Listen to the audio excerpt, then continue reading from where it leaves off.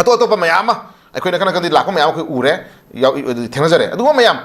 ꯄ꯭ꯔꯖꯥ ꯃꯤꯌꯥꯝꯒꯤ ꯑꯣꯏꯕ ꯁꯦꯛꯁꯟ ꯈꯣꯜꯂꯥꯎ ꯑꯃ ꯂꯥꯎꯔꯛꯏꯁꯤ ꯀꯩꯒꯤꯅꯣ ꯍꯥꯏꯕꯁꯤꯃ ꯃꯁꯤ ꯂꯩꯉꯥꯛꯅ ꯃꯁꯤ ꯌꯦꯡꯁꯤꯟꯕꯤꯕ ꯊꯣꯛꯇꯕꯁꯤꯅꯤ ꯑꯗꯨ ꯄ꯭ꯔꯖꯥꯅ ꯉꯥꯡꯕ ꯋꯥ ꯈꯨꯗꯤꯡꯃꯛ ꯈꯨꯗꯤꯡꯃꯛꯇꯨ ꯒꯣꯔꯃꯦꯟꯅ ꯇꯥꯔꯔꯣꯏ ꯄ꯭ꯔꯖꯥꯅ ꯉꯥꯡꯖꯅꯨ ꯑꯩꯈꯣꯏ ꯇꯧ ꯇꯧꯔ ꯂꯣꯏꯔꯦ ꯍꯥꯏ ꯆꯠꯇꯥꯔꯒꯗꯤ ꯄ꯭ꯔꯖꯥꯒ ꯒꯣꯔꯃꯦꯟꯒꯤ ꯂꯩꯅꯩ ꯃꯔꯛꯇ ꯂꯥꯛꯀꯗꯧꯕ ꯋꯦꯕ ꯀꯟꯇ꯭ꯔꯥꯗꯤꯛꯇꯔꯤ ꯍꯥꯏꯇꯥꯔꯦꯀꯣ ꯄ꯭ꯔꯖꯥꯒ ꯒꯣꯔꯃꯦꯟꯒꯤ ꯃꯔꯛꯇ ꯂꯥꯛꯀꯗꯧꯕ ꯉꯁꯥꯏꯒꯤ ꯁꯤꯡꯆꯦꯞ ꯊꯥꯔꯛꯀꯗꯧꯕ ꯄꯣꯠꯇꯨꯃꯗꯤ ꯃꯗꯨ ꯒꯣꯔꯃꯦꯟꯅ ꯃꯗꯨ ꯁꯣꯂꯨꯁꯟ ꯄꯨꯔꯛꯄ ꯉꯝꯃꯗ꯭ꯔꯥ ꯒꯣꯔꯃꯦꯟꯅ ꯂꯣꯏꯅ ꯇꯧꯕ ꯉꯝꯃꯗ꯭ꯔꯥ ꯍꯥꯏꯕꯁꯤꯅꯤ ꯑꯩꯈꯣꯏ ꯍꯪꯅꯤꯡꯉꯤꯁꯤꯀꯣ ꯄ꯭ꯔꯖꯥꯅ ꯌꯥꯔꯛꯇꯕ ꯄ꯭ꯔꯖꯥꯅ ꯄꯦꯜꯂꯛꯇꯕ ꯄ꯭ꯔꯖꯥꯅ ꯉꯁꯥꯏꯒꯤ ꯄꯦꯟꯗꯕꯒꯤ ꯈꯣꯜꯂꯥꯎ ꯄ꯭ꯔꯖꯥꯒꯤ ꯄꯦꯟꯗꯕꯒꯤ ꯗꯤꯁꯤꯖꯟ ꯂꯥꯛꯀꯥꯟꯗ ꯉꯁꯥꯏꯒꯤ ꯋꯥꯔꯤ ꯑꯃ ꯂꯥꯛꯀꯥꯟꯗ ꯉꯁꯤ ꯀꯔꯤ ꯍꯥꯏꯅꯤ ꯄ꯭ꯔꯖꯥ ꯍꯥꯏꯁꯦ ꯄ꯭ꯔꯖꯥꯒꯤ ꯚꯣꯏꯁ ꯍꯥꯏꯁꯦ ꯀꯩꯅꯣ ꯏꯁꯣꯔ ꯏꯁꯣꯔꯒꯤ ꯚꯣꯏꯁꯅꯤ ꯍꯥꯏꯔꯤꯕꯅꯤꯀꯣ ꯄ꯭ꯔꯖꯥꯒꯤ ꯚꯣꯏꯁꯁꯤ ꯏꯁꯣꯔꯒꯤ ꯚꯣꯏꯁꯅꯤ ꯍꯥꯏꯔꯤꯕꯅꯤ ꯄ꯭ꯔꯖꯥ ꯃꯤꯌꯥꯝꯅ ꯌꯥꯔꯛꯇꯕ ꯊꯕꯛ ꯑꯩꯁꯦ ꯉꯁꯤ ꯑꯦꯛꯖꯥꯝꯄꯜ ꯕꯪꯒ꯭ꯂꯥꯗꯦꯁꯀꯤ ꯄ꯭ꯔꯥꯏꯝ ꯃꯤꯅꯤꯁꯇꯔ ꯀꯣ ꯑꯩꯈꯣꯏꯒꯤ ꯁꯦꯈ ꯍꯁꯤꯅꯥ ꯀꯣ ꯉꯔꯥꯡ ꯃꯣꯏꯒꯤ ꯂꯩꯔꯤꯕ ꯕꯪꯒ꯭ꯂꯥꯗꯦꯁꯀꯤ ꯀꯣꯔꯠꯅ ꯀꯩꯗꯧꯔꯦ ꯃꯥ ꯁꯤꯕꯒꯤ ꯍꯥꯏꯇꯥꯔꯦꯀꯣ ꯗꯦꯠ ꯄꯦꯅꯥꯜꯇꯤ ꯄꯤꯈ꯭ꯔꯦ ꯃꯥꯗ ꯅꯠꯇꯅ ꯍꯣꯝ ꯃꯤꯅꯤꯁꯇꯔ ꯑꯣꯏꯔꯝꯕ ꯑꯩꯈꯣꯏ ꯀꯔꯤꯕ ꯑꯁꯥꯗꯨ ꯖꯃꯟ ꯈꯥꯟ ꯀꯃꯜ ꯀꯧꯕ ꯑꯦꯛꯁ ꯐꯣꯔꯃꯔ ꯃꯥꯒꯤ ꯍꯣꯝ ꯃꯤꯅꯤꯁꯇꯔ ꯃꯅꯤꯄꯥꯗꯨꯒ ꯃꯣꯏꯅꯤ ꯁꯤꯕ ꯗꯦꯠ ꯁꯦꯟꯇꯦꯟꯁ ꯄꯤꯈ꯭ꯔꯦ ꯑꯗꯨꯒ IGP ꯑꯃ ꯂꯩꯔꯝꯕ ꯆꯧꯙꯨꯔꯤ ꯑꯕꯗꯨꯜꯂꯥ ꯑꯜ ꯃꯃꯨꯜ ꯍꯥꯏꯕ ꯅꯤꯄꯥꯗꯨꯅ ꯆꯍꯤ 5 ꯐꯥꯗꯣꯛ ꯄꯤꯈ꯭ꯔꯦꯀꯣ ꯃꯁꯤ ꯃꯣꯏꯅ ꯁꯤꯗ ꯄꯤꯔꯤꯁꯤ ꯇꯉꯥꯏ ꯐꯗꯅ crime against humanitarian haiko prajada onjal lakanda nomai kafanba prajada ot naiba prajagi sentiment khangdan thok toba du prajagi against miyoi amagi against mi singi mi prajasingi marak prajasingi against tham toba dong tomoi ngarang sibi charak pi gre ko lanma chum de sen da do kolak ni ko court namana mogi leiriba ngasagi Bangladesh ki international crimes tribunal 1 ko court namana ngarang lak thokhrendra asi prajagi mayokta prajagi sentiment gi wangda lerakpa government gi leader sing do masi as per international law gi matung international crime khoi crime tribunal na su dum magi tawhum thuba magi law le pot amani na mase tawbuda khoi adum su ladar khalle ko adu lali lande chumi chumi habu mai finance decision lakse khini dum tongan wari mani hauji maki oina tholai ba potu report thamjabani ko khonoi thamjari je adamana same thing manipur praja miyang ki sentiment praja singi apa magi mayok ta sum tarau tara gadi ojara keshor praja singi je khoi tumina le roi da ko tumina ko mande da khanjaba to ko aduna praja singi yaifana bagi damak praja singi thawai kannaba gi damak praja singi lanthum kannaba gi damak sarkar ama lei bini habasi ko kawido phayeb ko aduna praja singna chara helaba praja singna haha kamna waraba praja singna minu gi pirang kangtraba praja singi apa masing mayok da gomene sum tarau tara gadi lengak to praja singi marka lengak ki marka ni gi marka yamna thon ngam thodok mayam thok ku yari ba ko aduna ko hajin ngi si hajik lei riba chaitheng nangiba free movement ya handriba then maru ina sangai festival lagi hena lurji kai haita gadi sangai festival lagi hena lurji kai haita gadi aikoi gi ipa ipu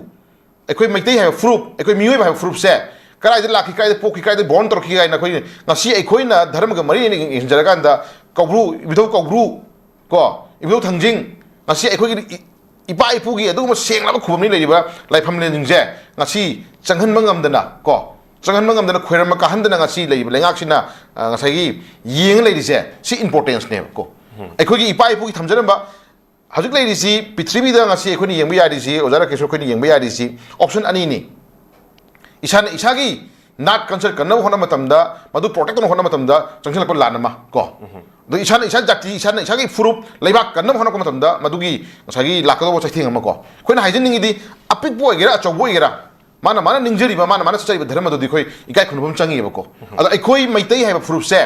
aikoi maitai hai frup si chaning ba dharma chara ga sum tawjera ga su aikoi gi matam tungina aikoi na ji yengjari si aikoi si kra di born toropono mi taibong mi ba si kra di born toropono Jesus Christ na pok ngai mamak Jesus Christ na pok ngai chai lising gi mamang gi wori da aikoi gi ibudau po me ha ba ji aikoi ibudau le me ha ba se aikoi masin le no sakhi oi haina rabani history sakhi oi haina rabani अगर यीशु Christ ने pox ममांग दे खोई लेरमे खोई इधौजिंग इबुधौजिंग अखोई लाइवै खोई इधौ मयाम खोई कनो ले पखंग मले रमे हाबसी खंगना पोट अमो ओइरबनि ना खोई हाजिना हिस्टोरिकली येंगा अखोई अपिप जाति अपिप फ्रुप मो इजरगसु को अपिप जाति अपिप फ्रुप मो इजरगसु अखोई लाइनिंग लाइसोन अखोई धर्म गा मैने न चरिबा दुगुंबा सेंगबा लाइफम ने खोमन ओइरिबा कौब्रु चिंसांग इबुदो थंजिंग चिंसांग जिंग असि फावबदा लेरिबा लेंगाक्सिना ओ मोजे अपिप जाति मो इजरगसु याम हिस्टोरिकल ओइबा मफम मा ओइरि मफम जे चै लिसांग सेना चै लिसिंग मरि मंगाई पुवारी लेरिबा दुगुंबा निंथौ पानमदे होरकांदा किंगडम स्टेट अमो ओइरमदे होरकांदा ngasi फावबदा इंडिया दा मोन मरे तौसिनी को अदुगी हिस्ट्री कन पोतो कोमना नैना मतुंगदा अखोगी लाइफम ने ओइबा जगा सिंजे हाना पिबिनबा को हाना अखोई दा मदुगी याबा लौनबा अखोई लाइक खरम काजनबा चंगजनबा अदुग मेला बिनोसी गवर्नमेंट सिनबी देबको अदु हाउ मेनी इयर्स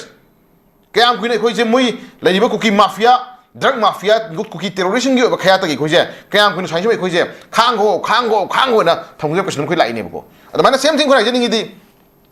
असिगुम लान मनुंग सिदैदा लान जेलरगा लेरबा मयुम के थौकन लेरबा मयुम के लेत्रबा मयुमदगी थवाई हिंगनबा चेलखिबा मतमदा फी अमगक थोंगा लाखिबा मीसिंगदुगी अवाबसे ngasi मोइसिंजिना तांगे तालबदा क्याम तान ngमदुरिगेबा वांस एंड ब्लू मून मोगी मरकसिदा तांगाय फदा बाइखोगी से मियोय अमा अनि मरी मंगा थबक मखसाना मसागी थबक सुबा हिजरकपा सेंथों लंबी खर लेजब कांगु खरना माफी मुरा नि सिनबे यारमे अहुम सिलंबे याय को अदो मैक्सिमम 99.9% दी शेला चार लाखिबा दुगम ड्रेस तो अदगी अनि सुना अहुम सुना मरी सुना थमगा निंथम थागे नसी कलेंगे नसी गाय तोरगन पोतो से चामी थिंगा यारोम खिरोयबको अदो मयाम नुसीबिदना माय माय मरी मता नत्रगना माय खंग चाना बिसुंदगी तांगाय फन निंथम था यौरे अदि फ्रि अथाबा जिम पीगे कंपन अथाबा जिम पीगे नत्रगना फी कंपन जिम पीगे कायना नुपी nga अदु दा लई म्याम तोरमबदी याय ओजरा किशुर को अदुबु is a miuba mo in Namayana Ting Pangudun Amani, Langaki to Tomtopa, Langaki to Tomtopa, Hana Ching Jack, Peter Hotomato, Sita in Namayami, and give to Yanamatuna, no model Pamar Fumari have a Pidi Harico, no model Pamar Fumari people in Kaduno. No model Pamar Fumari people say Kudamina, Marfu Maris into family, Mimanga or Mimangadu. Mi manga into perfumery puri ka target ting mi ko man pani fu pa sami chonga tani lak tu poto ono jar kiso ko lupa chonga ka thopomina lupa chonga ka thopomiduna ayu ki saba nungdang ju saba ko ada anai yaure loro natra pa phimoro no ning loro natra na madu dang sagi magi day to day life scenery ba colgate whatever phana lupa sari chom chami chonga duna family du no mo gi maintain to hai targa di madu ngam ngam ko lam lai ne ko adu chuma mayam ji mo to ko na sagai festival ji tangai fadana khoi ju pa me Shanghai is a Pitribi from Kudu Pang of Sam Kalamani. Go. Ado Shanghai the Gi, Mue with the Gi, Mue was in Gi Maratagi, Hena, Sana, Beduli, Lotagadi, Rakishwa, Dusui, Noitably having the go. Shanghai have a protector, Masana is Taktazaga, Magi Zaga, personal protector can Kabulam Zauda go. Kabulam Zau have a Zagasi, the personal protector can the Shanghai do, but the protector Gamadugo Menangasi, official team Tamdana, Sangmayani, Yari Tamdana, Pazana Madungax, and the Legislative Amanebo. Shumangweb. Sahi ama tawda bada mangoi ani tawda bada mangoi ahun tawda bada mangoi ko adugi potu sida Shanghai festival sillaga kaibulam jawda leba Shanghai do sida Shanghai festival sindaba matamda kaibulam jawda leba Shanghai do mangdo mateba sida Shanghai festival sillaga kaibulam jawda leba Shanghai do masado sahi simada karoram poktu mateba ko ojara kesho ko khani haning dina magi lehum thobon meje poni chakta no chakta poni adu tawda ya da bat lerga na poto kaibulam jaw chapiro numisigi oina maming lawda da na poto Shanghai festival gi da no maktang sa mayam hindugi moi kari or palai moi kadawiya balai kai mate towiya balai khala kanda madu just only thing go mengi na name secure na chahi chimadi koi idp singi awa urakanda manipur gi awa basu urakanda Shanghai festival je only for name sec mamingi oina koi na kaibulam jaw chala kanda kaibulam jaw lai Shanghai do sini haji tek ta kaidana lairi ko tek ta kaidana lairi phajana preserve taru thamjari ahong ma kasu laite masing hengal lai ko phajana jaga semu sagali duna mase prithvi gi lamalem gi ba khudi khangna ba go mena no ma ki program sam sinbi raga Fazana Shanghai do you could protect Chapi Port Maneko. Has the moment of day 21 Shilaga, day 30 Boko, 10 days, Nutanamika in Numit, Tarani.